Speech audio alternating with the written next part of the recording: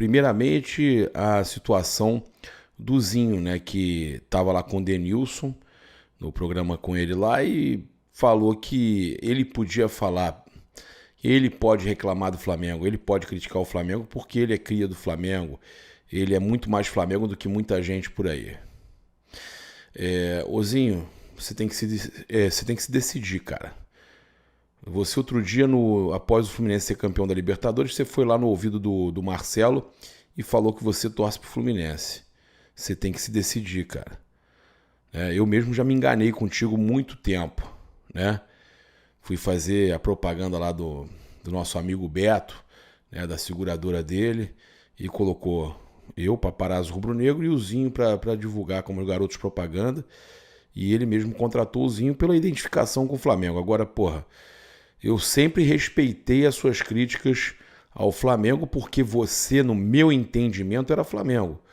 Agora, continuar com esse papo de que... Aí falou que o Flamengo do portão para fora sempre foi gigante. Dentro era desorganizado. O Flamengo realmente teve uma fase muito desorganizada na década de 90 e no início dos anos 2000.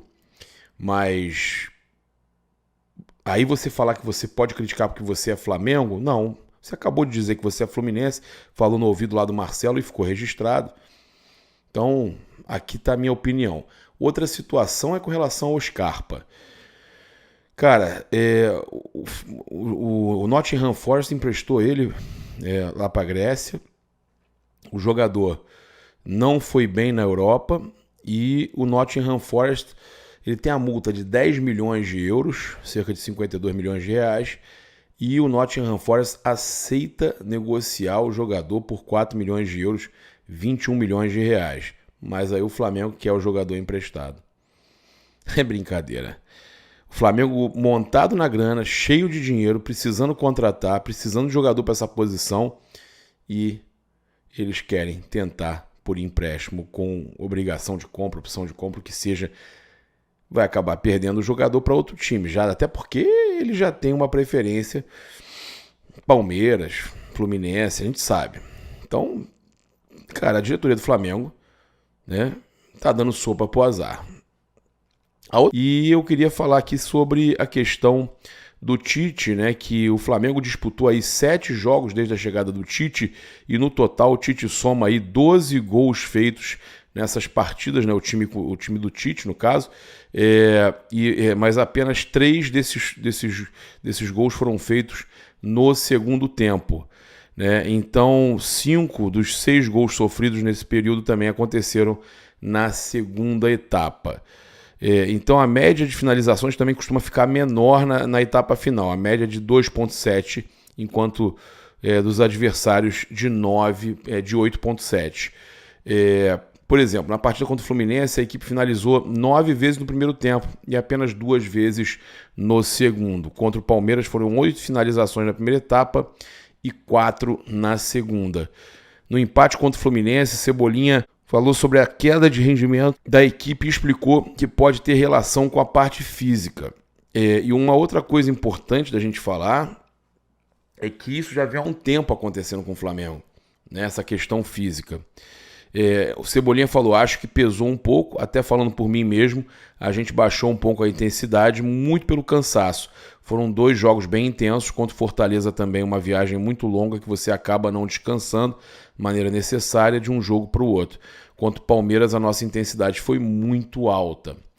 O Flamengo que vem numa batida de 3 jogos invicto, mas empatou esse, né? Fez 7 pontos em 9 jogos disputados, mas eu queria falar que isso aí realmente tem alguma coisa com relação à parte física?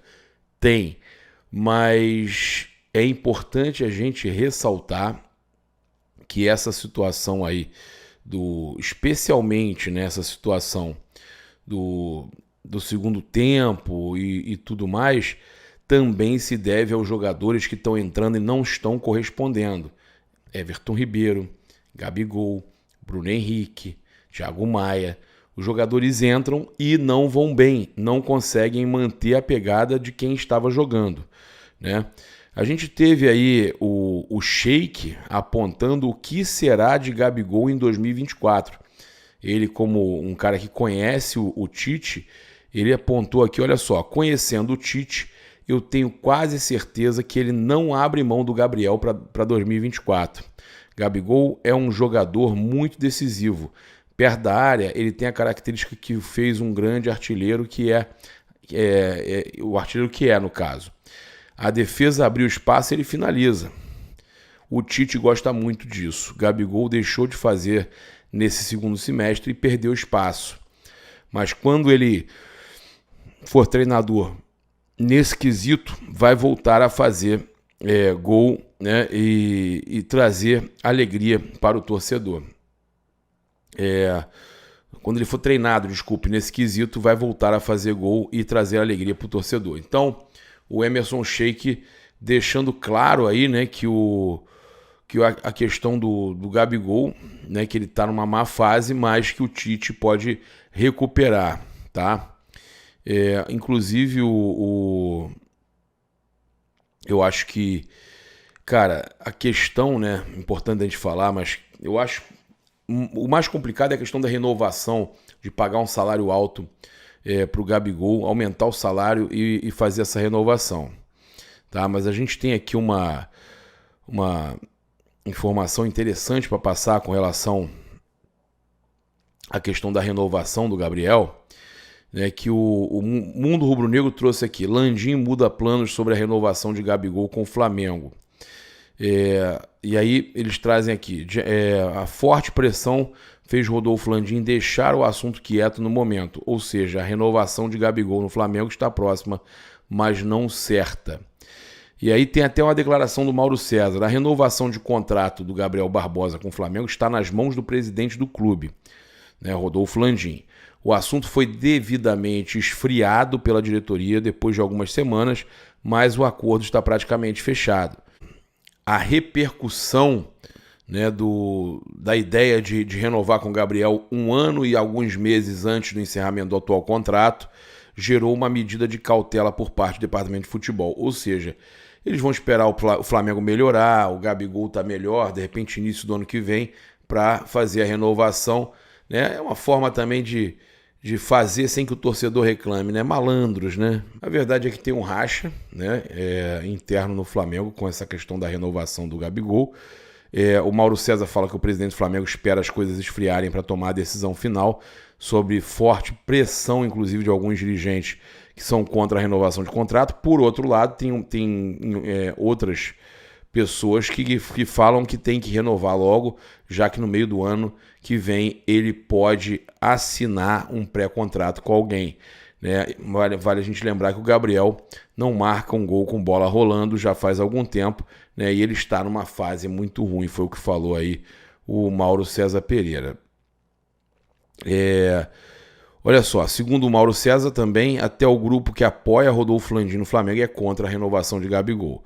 Potenciais candidatos à presidência do Flamengo que irão herdar o cargo do Landim também são contrários, gente da própria diretoria.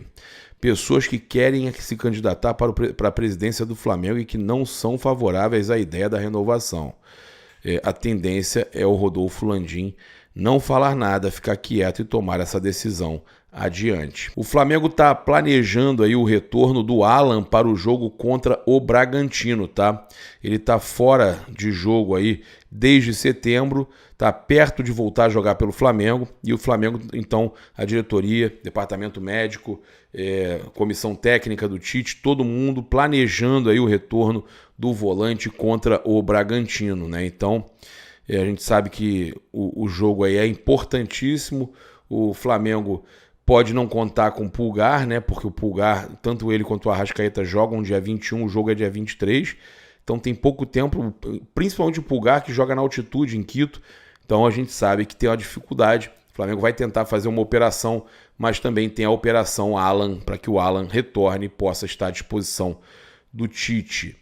E o Flamengo segue em busca da perfeição, né? O Flamengo tenta um ineditismo na reta final do Brasileiro. O feito inédito com o Tite pode dar o título ao Flamengo, e o time se fecha por essa perfeição no fim do Brasileirão 2023, tá? Olha só, o clube jamais venceu os últimos 5 jogos da competição, desde que o brasileiro passou a ser disputado com 20 clubes por pontos corridos em 2005, o time chegou perto da perfeição final algumas vezes, mas nunca conseguiu concretizar. Vale lembrar que com o Jorge Jesus, né, a gente fez 90 pontos, mas encerrou perdendo para o Santos, né? Então o Flamengo não conseguiu jamais fazer essas 5 vitórias na reta final. O Flamengo até em 2009, né, também foi muito bem, conseguiu se recuperar, mas não conseguiu, né, ganhar os 5 jogos. A gente teve aquele 0-0 com o Goiás, né? O Flamengo vence o Grêmio 2-1 na final.